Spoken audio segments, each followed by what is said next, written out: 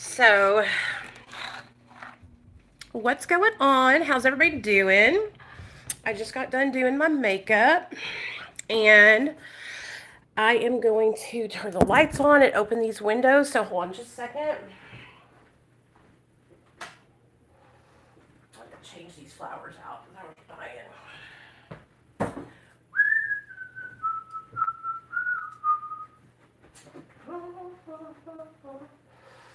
There we go. All right. Nice and bright. Cool. All right, you guys. So yesterday I was live and we got to talking, and a couple of you guys came in and you wanted to know how to help your addicted loved one. Okay? So I'm going to help you with that. I'm going to help you with that right now, my dears. So, look no further. Help is here. Come on in. If y'all don't mind, share the video, like the video, invite your friends. Share the video, like the video, invite your friends. There we go. Got plenty of lights on. Okay, let me get my seat. Hey. All right. Perfect. Perfect. Perfect. Perfect. All right, I like that. Okay. So, helping an addict can be tricky sometimes. You know, all these people, they talk about enabling and detaching from your addicted loved one, you know, with love. I remember my mom, whenever she stopped enabling me, she had went to Al-Anon and learned about detaching with love. So, what does that mean? I'll tell you what it means, okay? It means you don't have to turn your back on your addicted loved one. It means you don't say, you're using drugs, I don't want to see you anymore, you're a bad person. What it means is, love the addict, hate the drug. Love the addict, hate the disease, okay? You can still love your addicted loved one and support them, cheer them on from a safe, tolerable distance where you're not involved in their bullshit. Because let me just tell you something. Us drug addicts, we have a way with sucking people into our life. We have a way with, it's like a fucking tsunami or some shit, or a fucking tornado. It's like, and we're just sucking y'all all into our shit. You know, next thing you know, you'll be bailing us out of jail, paying for our cars to get unimpounded, fucking putting insurance on our cars in your name, all kinds of shit. You know, so it's important for you to have boundaries. So that's the number one thing when you're helping somebody that's struggling with active addiction, is for you to have to have strong boundaries on what is acceptable and what is not acceptable, and you got to stick to them. The moment you show a drug addict that you are not going to follow your own boundaries, the minute you show them any sign of weakness, you're fucked. Okay? Because then we know. Then we know all it takes is a little manipulation, a little crying, a little, Mom, I can't make it one more hour. I'm sick. I need it. I need it. Okay? You have to have strong fucking boundaries. You got to have a brick wall of boundaries set up. Okay? And if you have to have like support to do that, like your husband or your best friend or your sister or whoever, then you need to do that. You need to have somebody that's going to remind you and say, hey, remember those boundaries? Remember, all it takes is one little inch, okay? And we'll take a mile. All right? So some boundaries that I feel like are healthy to set whenever you are trying to help somebody is, the first boundary is not allowing them to use drugs in your home or in your presence. You know, not allowing them to use in your home or around you. You don't want to see that. That's a respect thing, you know. If they want to use, they can use before or after they see you, right? If you're taking them to get something to eat, they can fucking take that 20 minutes of time to put their dope in their pocket and fucking go out to eat with you and have a good lunch, okay? It's fucking respectful. All right. Another good boundary to set is no money exchanges hands. No money exchanges hands. No matter what, you are not giving them a dime, okay? You're not going to pay for their car insurance. You're not going to pay for their fucking rent. You're not going to, pay their water bill. You're not going to bail them out of jail, because every time that you do that, you are taking away the consequence that they would normally have to feel, okay? And so every time you pay the light bill, they don't have to experience going without lights and having hardship, which having that hardship could lead to them getting the help that they need. Okay? A lot of people get upset with me because I say, if your addicted loved one comes to your house and they're starving, they haven't eaten in days, fixing them a plate of something to eat, there's nothing wrong with that. But stocking their fridge full of food when they're choosing to buy substances over buying food, okay, the only reason I would ever do that is if there was kids in the home. And if there's kids in the home, you should have already taken their motherfucking asses out of there. They don't need to be there. You need to step in as a loved one, adult, parent, best friend, whatever, and take those babies and get them out of that situation. Because being in a drug home is it's unhealthy. No matter how much you love your children, when we're using substances, we can't be the best version of ourselves, right? So, no money, okay? No giving them money. All right, number 3. When they call from jail, when they call because they got pulled over, you say, I love you. You're an adult. You can handle it. And you hang up the phone. You don't hang on the phone and listen to them cry. They have to learn how to put up with their own fucking responsibilities. Okay? If they're fucking in jail, that's somewhere safe that they're at, and you don't have to worry about them dying out there on the street. A lot of time I see people, their moms want to go in and bail them out of jail right away. And so they don't have to spend one night in jail. Like, I'm talking, these kids have been to fucking jail 20 times and have never even dressed out before because their moms swoop in, right, and save them from having to sit in jail. Sometimes a little discomfort, you guys, could be the very thing that pushes your loved one to make that change in their life. Okay, sometimes having to be in jail and get sick, right, have some withdrawal, could be the very thing that says, you know what, I don't want to get back on dope. I just went through this whole withdrawal. Now, of course, advocate for your loved one, check up on them, make sure that the jail is not like just leaving them in the cell to die, right, because we've seen that happen before. And if you are dead set on not letting them stay in jail, then you don't need to get them out and bring them home. You need to go to the courts before you even get them out, and you need to have the court order them into treatment. So they don't even need to be picked up by you. You need to have somebody else, a treatment person, go and get them and take them straight into rehab with them. There was a guy named Muskie. I don't remember his last name. Muskie was his name, though. And he literally worked for the courts here in Little Rock. And he would go and he would get the drug addicts from the jail and take them straight into treatment. They wouldn't get to see their mamas. They wouldn't get to collect $200. They wouldn't get to Casco. They went straight into treatment. And so when we're using substances, we get comfortable on our substances, right? We feel good, we're happy, we got our little routine that we do. We shoot up at this time, we do this at that time. And so disrupting that habit that we have built, it throws a fucking wrench in our whole fucking situation, right? And it makes things like, oh my God, I can't handle it. This is horrible. This is terrible. The first inkling of being discomforted, right? Having no comfort, not having what they want. Whenever I went to treatment every single time I ever went voluntarily. Hey, Okay, every single time I went into treatment, I knew what I was getting myself into. I knew I was going to feel like shit. I knew I was going to be sick as a dog. You know, I didn't call my mom and dad crying on the phone with them. I don't know. I guess I was just older and more mature than a lot of the people I see nowadays. But I just went in there and got my shit taken care of. Yeah, I've been to 8 different rehabs, and it took me going to 8 different rehabs before I finally got it right.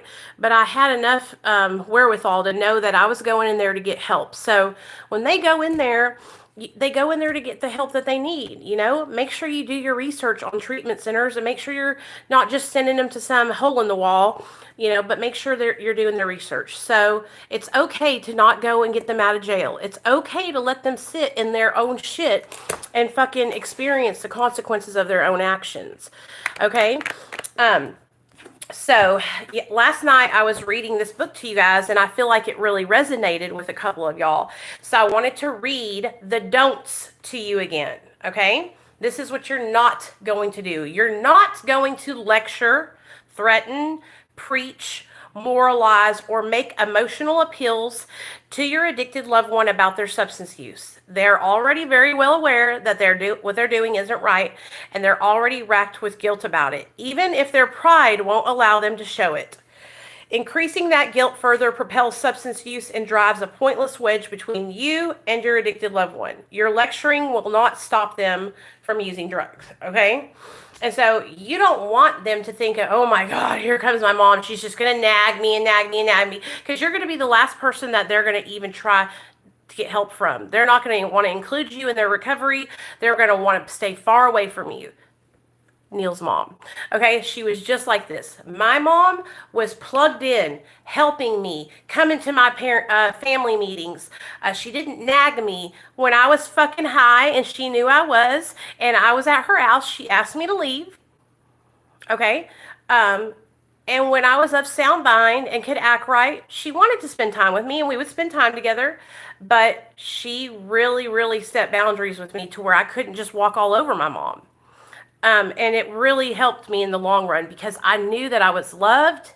I knew that I had people that were on my side. I knew I had family members that when I got out of treatment, they were going to do whatever that it took to help me succeed. You know what I mean? And that's what you got to do. You have to be ready to succeed.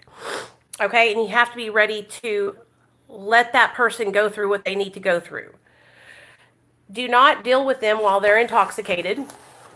Do not hand over control of conversations. Do not lie, make excuses, or cover for their behavior, or otherwise try to protect them from the consequences of their substance use. Do not take over an addict's responsibilities except when absolutely necessary, which is taking care of the kids. Do not give them money, no matter what they say it's for. Do not feel guilty or responsible for their substance use, okay? And do not surrender control of your happiness and peace of mind. Okay? Helping an addict begins with stopping the fighting. Okay? The relationship between the individual in active addiction and the family member is almost always adversarial. Okay? Although this adversarial relationship is expected, it's counterproductive to helping a loved one find their way out of addiction. All right? Addicts have an elevated sense of pride to compensate for a low self-esteem, and this false pride requires constant validation from others.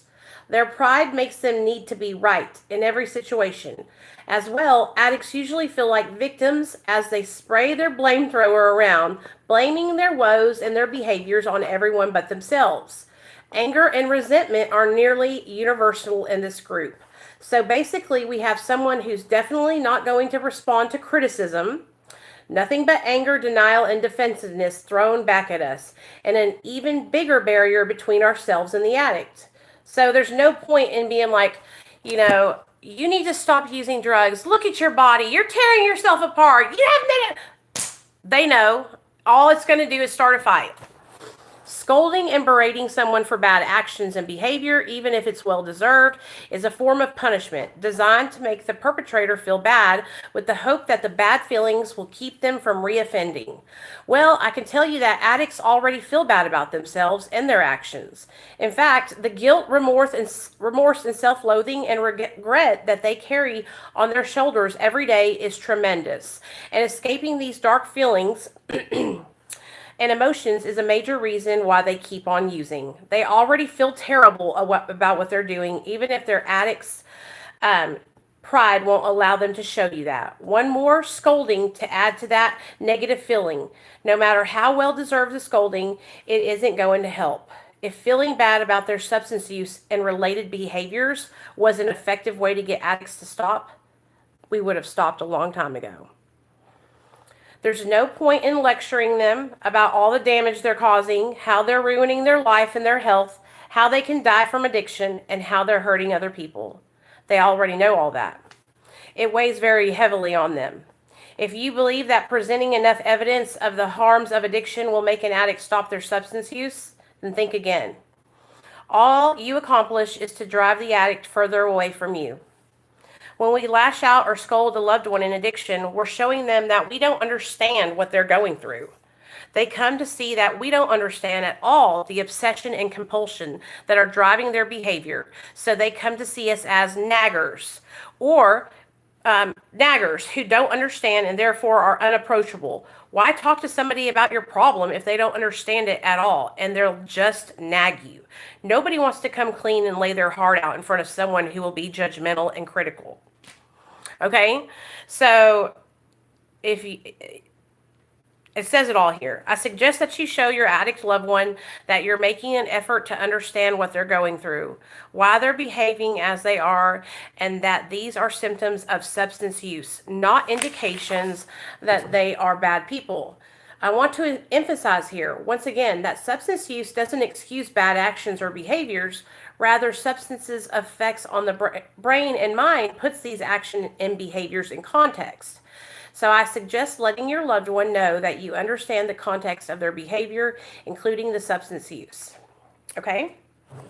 Okay. So, yeah.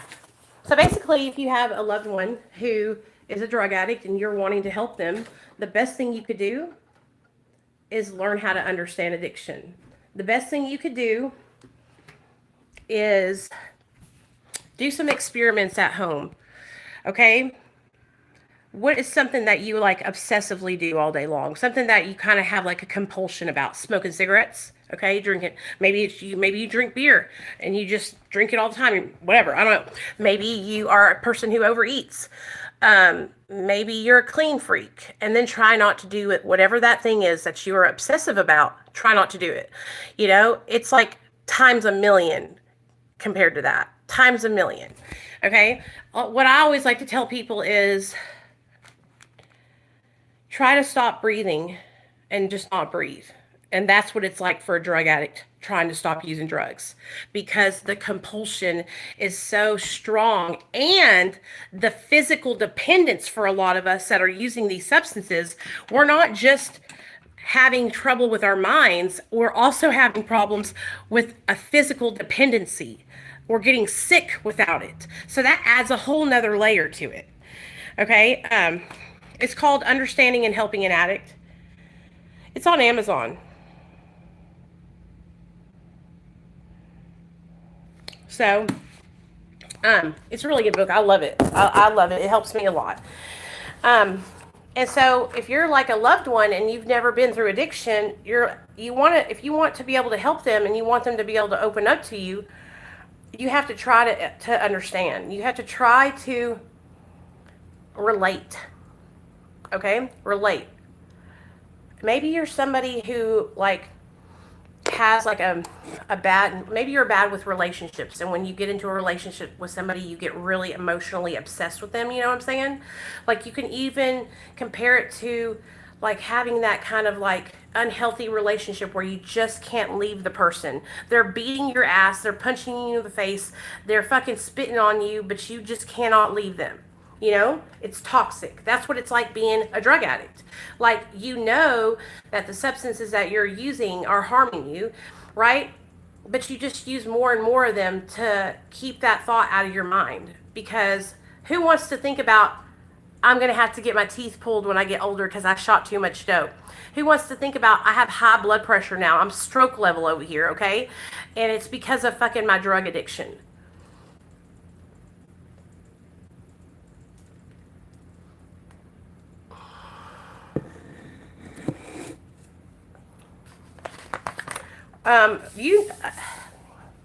They're in your house though. They live with you, Pixie. You know what I'm saying? It's not the same.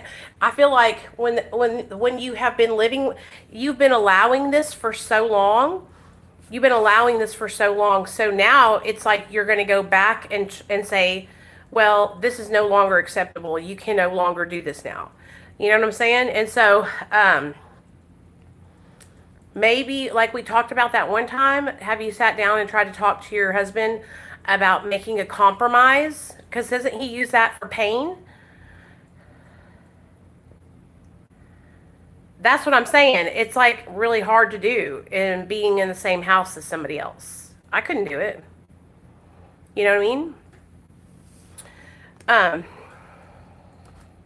So I wanted to read something else to y'all.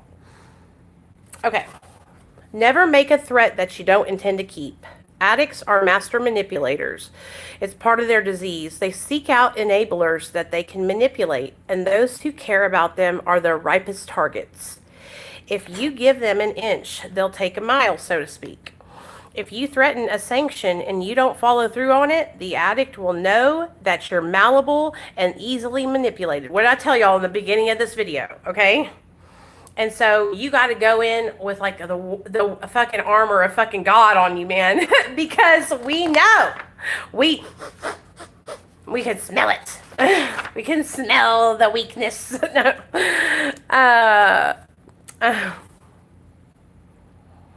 So, okay, so a lot of people that struggle with addiction, they think that they're never going to be able to get sober, right?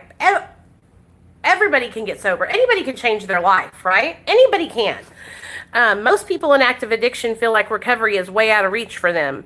Their self-confidence is understandably low after multiple failed attempts to control or stop their substance use. Getting through detoxification is especially daunting for them, even though that only constitutes a week or so of their life. They're usually terrified of it and may doubt their ability to get through it. This lack of belief in their ability to beat addiction is a serious barrier to recovery. Psychologists define self-efficacy as the belief that one has the ability to accomplish a desired result. Self-efficacy is a mediator and predictor of success in a number of domains of life, and especially important predictor of the outcome in addiction recovery. Recovery from addiction requires significant commitment, a willingness to give up a lifestyle that has been the source of comfort for a prolonged period of time, a willingness to face a world and its problems after living in avoidance, and, involvement in daily recovery activities, confronting and taking responsibility for ugly and shameful past actions, and abandoning well-worn thought patterns, behaviors, and an approach to life. If individuals don't believe they're capable of recovery, then they're unlikely to render the commitment and exertions required for recovery. After all, why waste the effort if recovery is unachievable? As such, a lack of self-efficacy can be a serious barrier to people seeking or accepting help and can make relapse a self-fulfilling prophecy. And so that's why it's so important to have like multiple ways people that can get sober and not just abstinence as one way, right? Because that's exactly how I felt. I was like, how am I going to be able to get sober and stay sober? Because I've tried to so many times through abstinence and I keep on relapsing. This is not something I can do, right? This is not obtainable for me. And so, oh, that scared me.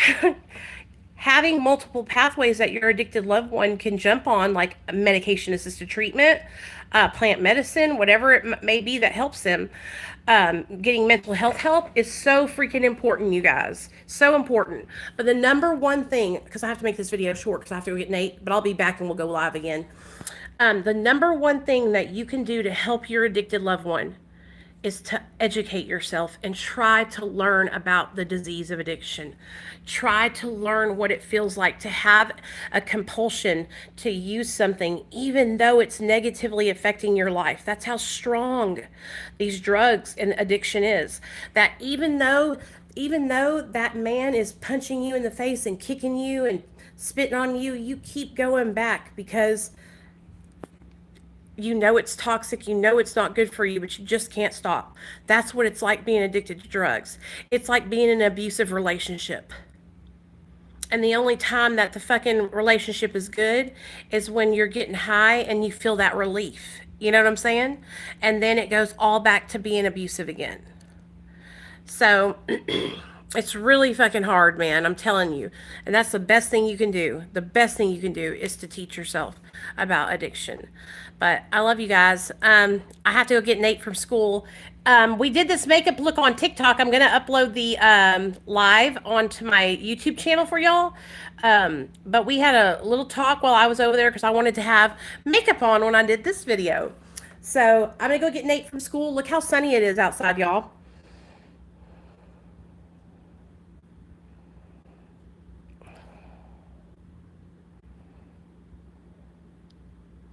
Are you talking to me, Amy?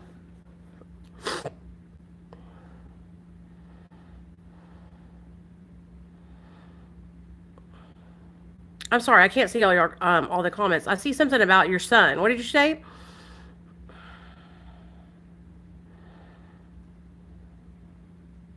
Oh my God, then you know exactly what it's like to struggle with addiction. Food is the same thing. It's the same thing as drug addiction. I'm telling you, only it's harder, you guys. It's harder because food is everywhere. Everywhere. Okay? It's like literally you can't go anywhere without getting it. You know, it's like in your face all the time. And so that's why I struggle so much now that I'm sober from drugs. Now I'm struggling with fucking food. So I totally understand.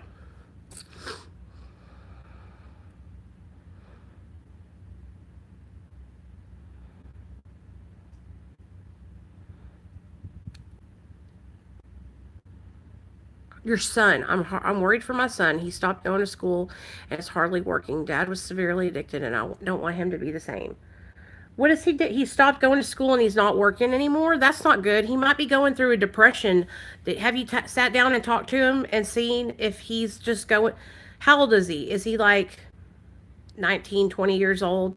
Because I'll tell you this. I feel like between like 18 and 30, a lot of men are like trying to find their purpose. They're trying to find like what they're going to do. Are they going to be in a relationship with a woman and become the the husband and take care of them and have kids? Are they going to go into the military?